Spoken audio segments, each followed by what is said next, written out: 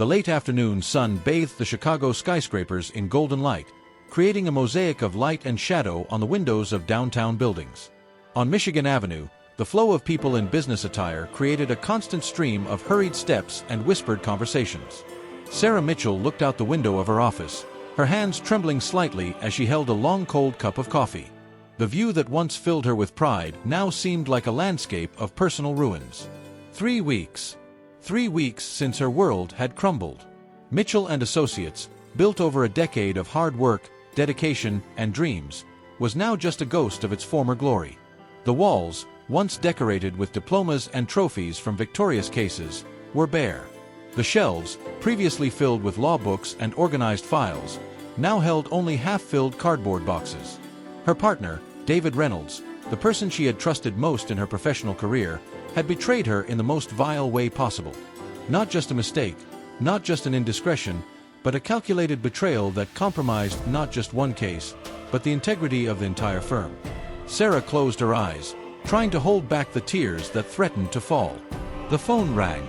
She hesitated before answering, knowing it could be another creditor, another client terminating their services. "Hello," she answered, her voice faltering. "Sarah, it was Grace Thompson, her former law professor and mentor. How are you holding up?" The question seemed simple but carried the weight of an emotional tsunami. "I'm surviving," Sarah replied, her voice barely a whisper. Grace had known Sarah for years. She knew how to read between the lines, knew what that response really meant. "I'm coming to see you," said Grace. "I'm in the lobby." Minutes later, Grace entered the office. At 65, she still maintained the bearing of the retired federal judge she was. Her silver hair, pulled back in a discreet bun, framed a face marked by years of experience and wisdom. Sarah didn't stand up. She didn't have the strength. Grace pulled up a chair and sat beside her, placing an old Bible on the mahogany desk. The gesture didn't go unnoticed. "Do you know the story of Joseph?" Grace asked, breaking the silence. Sarah looked up, intrigued. What point was her mentor trying to make? "Joseph was a young man who was completely betrayed," Grace continued. "Sold into slavery by his own brothers, thrown into a pit, then sold in Egypt, falsely accused of harassment, thrown into prison. But you know something?" She made a deliberate pause, waiting for Sarah to ask. "What?" Sarah responded, almost involuntarily. "God used each betrayal to elevate him. Each wound became a stepping stone to his greater purpose. Joseph didn't just survive, he became the second most powerful man in Egypt and saved not only his family but an entire nation from famine." Grace's words hung in the air like a silent challenge. Sarah felt something desperate inside her.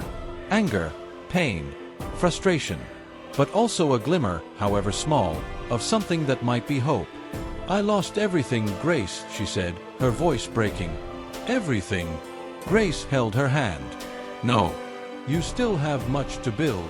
Outside, the city continued its relentless movement. Cars, people, life. The world hadn't stopped because of Sarah's pain. And maybe, just maybe, that was a sign. Was David's betrayal the end? Or could it be just the beginning? The penthouse apartment on Lake Shore Drive seemed smaller than Sarah remembered.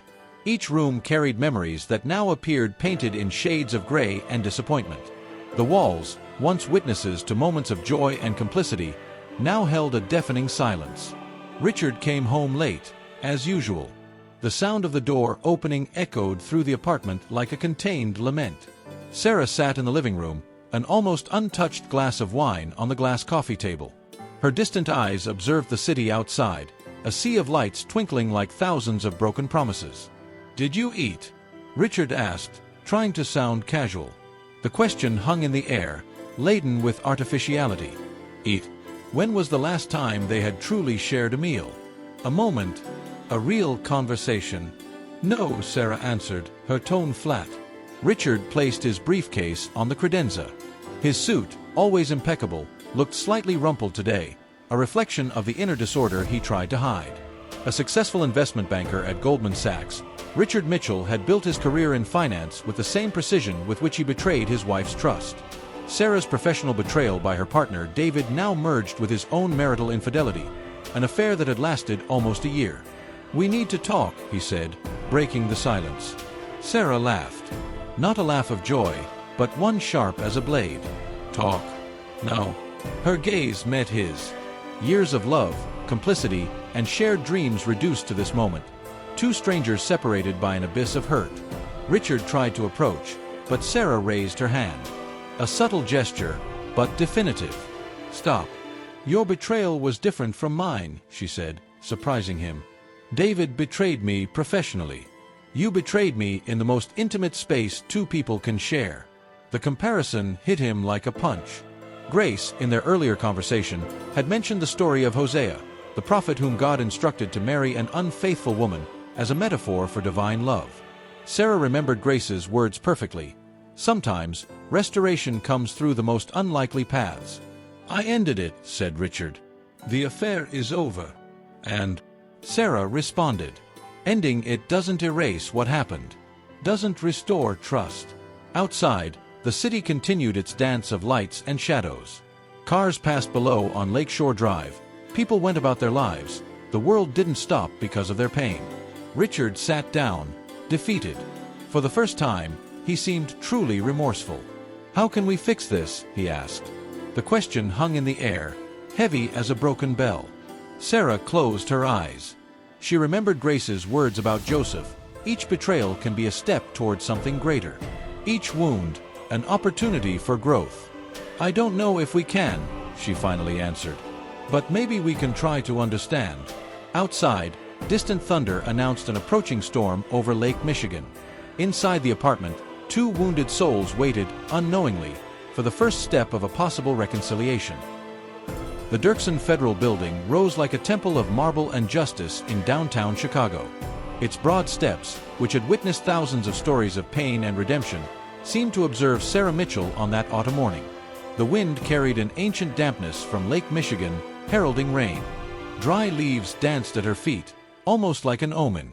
Her leather briefcase was clutched against her body, not just a professional accessory, but a shield against the world that was trying to destroy her. Grace waited in the lobby, her experienced gaze sweeping every detail of the environment. Dressed in a discreet gray suit, the former federal judge seemed like a strategist about to lead her final battle. Remember, whispered Grace, Daniel was also falsely accused. And God delivered him.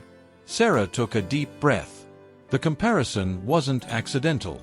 Daniel, thrown into the lion's den, survived because his integrity was greater than the accusations against him. Now, she needed to do the same. The case that brought them here was more than a legal dispute. It was the reputation of a law firm, the honor of a client, a small family business about to be destroyed by the corporate machine. David Reynolds was already in the courtroom. His expensive suit, his calculated movements, everything about him screamed confidence. A predator sure of his hunt. Good morning, Sarah, he greeted, his smile more cutting than cordial. She didn't respond. There were no words. The courtroom was an amphitheater of tension. Lawyers, judges, witnesses, all were actors in a drama whose script wasn't yet fully written. Judge William Harrison, a man of over 60 years, known for his unshakable integrity, took his place. His heavy glasses cast shadows on his severe face. Let us begin, he announced, the case of Reynolds versus Mitchell. David's attorneys presented an elaborate narrative. According to them, Sarah had compromised confidential information, harming an important client. Documents were presented, graphs shown, a web of accusations woven with surgical precision. Sarah observed. Each argument, each proof seemed too perfect to be true. During a brief recess, something unexpected happened. A man approached discreetly. John Foster, 42, former employee at David's firm, carried a yellowed folder. I need to speak with you, he said, his nervous gaze sweeping the environment. Grace, always alert, approached. John revealed something that would completely change the course of the trial. Compromising documents. Emails that proved not only David's lie but a much broader corruption scheme. I was fired when I started questioning the practices, John explained. I was afraid to speak before. But I can't stay silent anymore. The evidence was devastating. It not only defended Sarah but exposed David. When the session resumed, Sarah presented the material. The courtroom plunged into sepulchral silence. David turned pale. His mask of confidence shattered instantly. Judge Harrison looked with a mixture of disappointment and respect.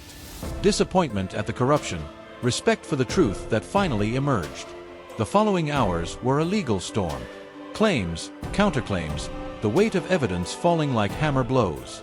In the end, the verdict was more than a simple acquittal. It was a public declaration of integrity. Sarah didn't smile, didn't celebrate. She knew the victory was bigger than herself. Grace hugged her. Just as Daniel was preserved, she murmured, "You were preserved." The rain, which had threatened all day, finally broke. Tears of relief mixed with the water washing down the courthouse steps. From victim, Sarah became the architect of her own redemption. Sarah's temporary office occupied a small commercial space in Chicago's West Loop. White walls, minimal furniture, but with an energy different from her previous desolation. Natural light streamed through the windows, almost like an invitation to new beginnings. Chicago, on that June morning, seemed to breathe with her. Spring was saying goodbye, leaving in the air a perfume of renewal. Grace arrived precisely at 9, bringing coffee and a smile that was more than a greeting. It was a declaration of hope. "Do you remember Ruth?" she asked, placing a folder on the desk. Sarah looked up, intrigued. The past months had transformed her relationship with biblical stories from something distant to something viscerally personal. "Ruth lost everything," Grace continued. Sarah knew this wasn't just a historical lesson, but a direct parallel to her own journey. Ruth, a foreign woman, widowed, without resources, who chose to follow her mother-in-law Naomi in an unknown land. Everything seemed lost. But it was exactly in this apparent defeat that her greatest victory began. "Where you go, I will go," recited Grace. "Your people will be my people, your God will be my God." The words hung in the air like a promise. The phone rang. It was John Foster, the crucial witness in the trial against David. His call wasn't casual. "I have a proposal," said John. "I know companies that need someone like you. Someone who faced the system and won." The settlement from the lawsuit had been significant. It wasn't just financial compensation, but a public declaration of her integrity. Every cent would be a brick in the reconstruction. Sarah scanned some documents. Cases from small businesses, human rights cases, situations where large corporations tried to silence the voices of the weak. "This is it," she thought. "This is my new purpose." Richard called early afternoon. Not to demand, not to apologize. Just to know how she was doing. "I'm rebuilding," Sarah answered. 3 words loaded with meaning. The rebuilding wasn't just professional. It was existential. Grace observed, remembering her own journey as a federal judge. How many times had she seen stories transform? How many times was true justice not what was in documents, but what happened in hearts? A client entered. Anthony Santos, owner of a small family woodworking business in Pilsen. His eyes carried the same determination as Sarah's. "I heard your story," he said. "I need your help." The case was complex. A developer trying to push out a community of artisans from land they'd occupied for decades. Legal documents, real estate interests, lives being reduced to square feet. As they talked, Sarah felt something different. It wasn't just a case. It was a mission. The afternoon progressed. Papers, strategies, calls. The new office was taking shape not just as a workplace, but as a center of resistance. Around 6, Grace prepared coffee. An old ritual between them. "You know what happened to Ruth?" she asked. "After all her trials, she married Boaz. And not just that. She became the great-grandmother of David, of the king who would be ancestor to Jesus." Sarah smiled. The metaphor was clear. Her story didn't end with loss. It began there. Her cell phone vibrated. A message from John. Another case, another possibility. Outside, the city continued its frenetic movement. But here, in this small office in the heart of Chicago, a new narrative was being written. It wasn't just about surviving. It was about transforming. Sarah's new office now occupied a larger space in Chicago's River North District. Walls in light gray tones, large windows that let the city's light flood in, modern but functional furniture. It wasn't just an office anymore, but a symbol of resistance and hope. 3 months had passed since the trial victory. Each day had been a challenge of reconstruction, each case an opportunity to reaffirm her integrity. Grace entered, carrying an old file. Her eyes sparkled with an energy that defied her age. "Remember Paul of Tarsus?" she asked, placing the document on the mahogany desk. Sarah smiled. Grace's biblical references were never casual. Paul, formerly Saul, a converted persecutor, transformed from tormentor to instrument of a greater mission. A man who went from destroying the Christian church to becoming its principal builder, from prosecutor of injustices to herald of a message of hope. "A complete transformation," murmured Sarah. The office wasn't just hers anymore. 5 attorneys now worked with her, each chosen not only for their credentials but for their commitment to true justice. John Foster, who had been crucial in her trial, had become her right hand. His experience and insider knowledge of the corporate world were precious tools. The doorbell chimed. A client entered, Carl Wilson, owner of a small artisanal furniture factory in Bucktown. "I need your help," he said, his voice heavy with concern. The case was complex. A large furniture chain was trying to eliminate small producers, using legal loopholes and economic pressure. Carl represented not just his company, but an entire community of artisans under threat. While Carl narrated his story, Sarah observed. Every detail, every nuance. This wasn't just a legal case. It was a battle for survival. Grace prepared coffee, her movement almost choreographic. She watched Sarah with a mixture of pride and expectation. "Remember what Paul wrote?" she asked during a pause. "I can do all things through him who strengthens me." The words hung in the air, more than a quote, a manifesto. Lunch was a strategy meeting. John, Sarah, and 2 other attorneys analyzed Carl's case. Documents, spreadsheets, legal strategies intertwined on the table. "It's not just about winning," said Sarah. "It's about creating a precedent, showing that small producers have a voice." The afternoon brought a surprise. A call from a major law firm in the Loop. They wanted a meeting. Grace smiled. Remember Joseph in Egypt? Transformed from prisoner to Pharaoh's counselor. The comparison couldn't be more precise. The meeting would be tomorrow. An opportunity that could change everything. When night fell, Sarah remained in the office. The city of Chicago lit up outside, a sea of lights reflecting her own journey of transformation. She opened her Bible. Paul's passage in Philippians caught her attention, forgetting what lies behind and straining forward to what lies ahead. It wasn't about recovering what she lost anymore. It was about building something new, something bigger, something that went beyond herself. The lake house in New Buffalo, Michigan, seemed suspended between sky and water. White walls, large windows that let the late afternoon light invade each room, minimalist furniture, a space that hadn't seen intimacy between Sarah and Richard for a long time. 6 months had passed since the trial that changed her professional life. Each day had been a silent negotiation, a delicate balance between hurt and the possibility of reconnection. Grace suggested the meeting. "Sometimes," she said, "restoration happens in the most unexpected places." Richard arrived first. His car, a black BMW sedan, parked discreetly. He looked at Lake Michigan before entering, as if seeking courage in the endless waves. Sarah was already on the deck. Her gaze swept the horizon, a living metaphor of her own journey, infinite, unpredictable, but full of possibilities. "Want coffee?" she asked, without looking at him. The ritual was almost familiar in its artificiality. Richard sat down. The distance between them was more than physical. It was an abyss of hurt, betrayals, shattered expectations. "I need you to listen," he began. Grace, in one of her biblical analogies, had compared the moment to Joseph's story. A man betrayed by his own family, sold into slavery, but who found strength to forgive and restore family bonds. "You meant evil," Grace had quoted from Scripture, "but God meant it for good." Richard began his narrative. It wasn't a plea for forgiveness, but a deep recognition of his failure. He talked about the affair, not as an excuse, but as an exposition of his own fragility. Professional stress, feelings of inadequacy, searching for something he couldn't define.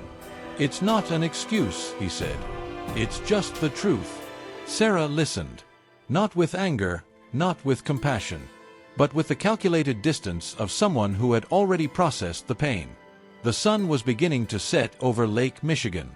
The water changed color, from deep blue to shades of orange and red. Nature itself seemed to witness this moment. "The affair ended long ago," said Richard. "But the damage I did continues." Sarah finally looked at him. Really looked. "And now?" she asked. The question was deeper than the words. It was about possibility. About beginning again. Richard didn't answer immediately.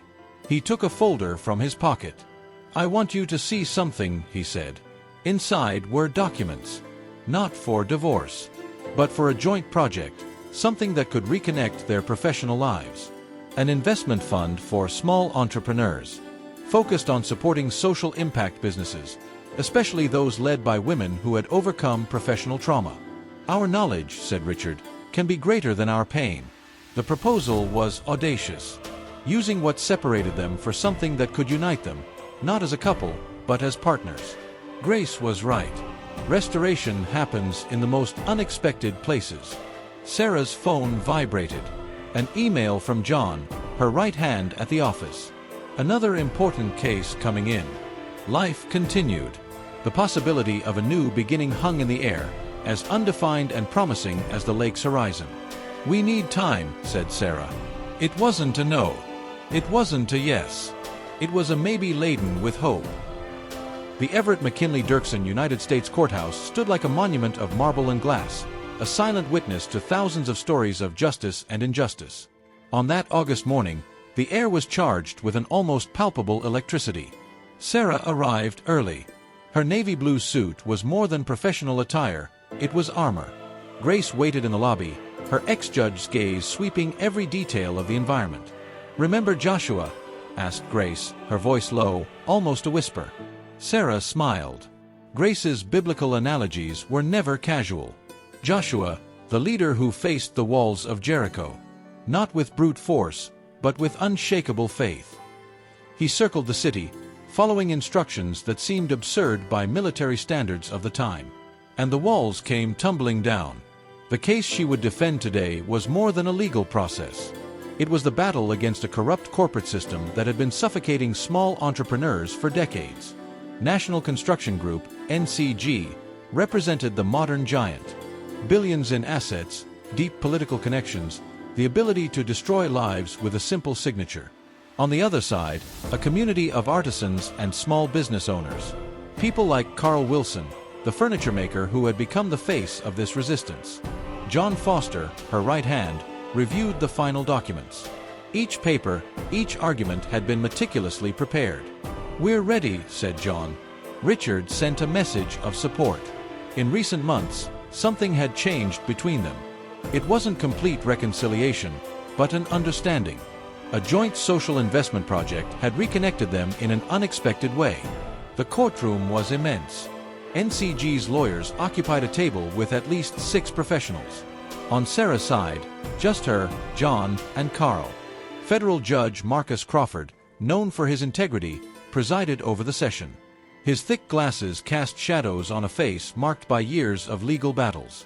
The opening statements began. NCG's lawyer was an argument machine. He cited legislation, precedents, numbers that seemed impossible to overcome. Sarah observed. Not with fear, with determination. When it was her turn, she stood. Her voice echoed through the courtroom. These weren't just legal arguments. It was the story of a community, of families, of decades of work threatened by a corporate pen stroke. She brought documents exposing the construction company's illegal maneuvers, fund diversions, manipulation of public records, schemes that connected economic and political power. The silence in the courtroom was deafening. NCG tried to counterattack, but each of their arguments seemed weaker, more desperate. Carl Wilson, seated beside her, tears in his eyes. Not of fear, of hope. Grace, discreetly in the back of the courtroom, smiled. She remembered her own journey as a judge, how many times she had seen justice triumph. The hours passed. Arguments, counter-arguments. A legal dance where each movement could mean the life or death of a community. During the break, John hugged her. Regardless of the outcome, he said, we've already made history. The city outside continued. Cars, people, life flowing incessantly. But here, in this courtroom, something bigger was happening. It wasn't just a legal case. It was the Battle of Jericho of the modern corporate world. Judge Crawford asked for one final moment before the verdict. The silence was deafening. The December morning light flooded Sarah's River North office, creating a mosaic of shadows and brightness across the scattered documents. 3 months after the historic trial against National Construction Group, the world seemed different. Grace entered with 2 cups of coffee, her movement still elegant despite the years. "Remember Job?" she asked, placing one of the cups on the desk. Sarah smiled. Grace's biblical references were never casual. Job, the man who lost everything, family, wealth, health, and in the end was completely restored. More than restored, multiplied. The court's verdict had been a victory beyond expectations. Not only was the artisan community preserved, but the decision created a national precedent for protecting small entrepreneurs. The phone vibrated. It was Carl Wilson, the furniture maker who had become the face of that resistance. "Sarah," he said, his voice choked with emotion, "the bank approved our expansion project. We did it." Each victory was more than a legal case. It was the restoration of lives, of dreams, of entire communities. John Foster entered, bringing more documents. The office was no longer that desolate space from a year ago. Now there were 10 attorneys, a legal assistance project for vulnerable communities taking shape. Richard appeared late morning, not as a husband, not as a stranger, but as a partner in the social project they had developed together. The investment fund for entrepreneurs who had overcome professional trauma had already supported dozens of small businesses. It wasn't romanticized reconciliation. It was a partnership built on mutual understanding. "Another case," said Richard, handing over a folder. Grace watched. She remembered how it all began, a professional betrayal that seemed to be the end. Now it was clearly a new beginning. Early afternoon, an unexpected call. David Reynolds, her former partner, was on the line. "I need to talk to you," he said. The meeting happened in a discreet coffee shop in the West Loop. David seemed different, defeated, but not broken. "I want to make amends," he said. "Somehow." Sarah listened. Not with anger, not with absolute compassion, but with the understanding of someone who realized that true victory isn't in destroying others, but in rebuilding oneself. Outside, Chicago continued its frantic movement. Thousands of stories happening simultaneously. But here, in this moment, a story of restoration was completing itself. Grace quoted scripture, "All things work together for good to those who love God." It wasn't a cliché. It was a lived truth. That afternoon, the office received a National Human Rights Award. Sarah accepted it not as an individual achievement, but as a collective testimony. Richard observed from afar. The years of distance had created a new kind of closeness, no longer based on romantic expectations, but on mutual respect. "Dinner?" he asked. "Sure," Sarah answered. It wasn't a yes to complete reconciliation. It was a yes to possibility. Night fell over Chicago. Lights turned on, creating a mosaic of hope over the city. Sarah looked out the window. Her story wasn't about overcoming betrayal. It was about transforming it. Something greater was always happening, even when you couldn't see it. From the window, Lake Michigan stretched like an endless horizon of possibilities, just like her future. What did you think of today's story here at Infinite Prayer? Please tell us in the comments which part of this story of trust in God touched you the most. Subscribe to the channel now, activate the notification bell, and also remember to like and share this video with someone you know who needs to hear this story today. See you tomorrow in our next video.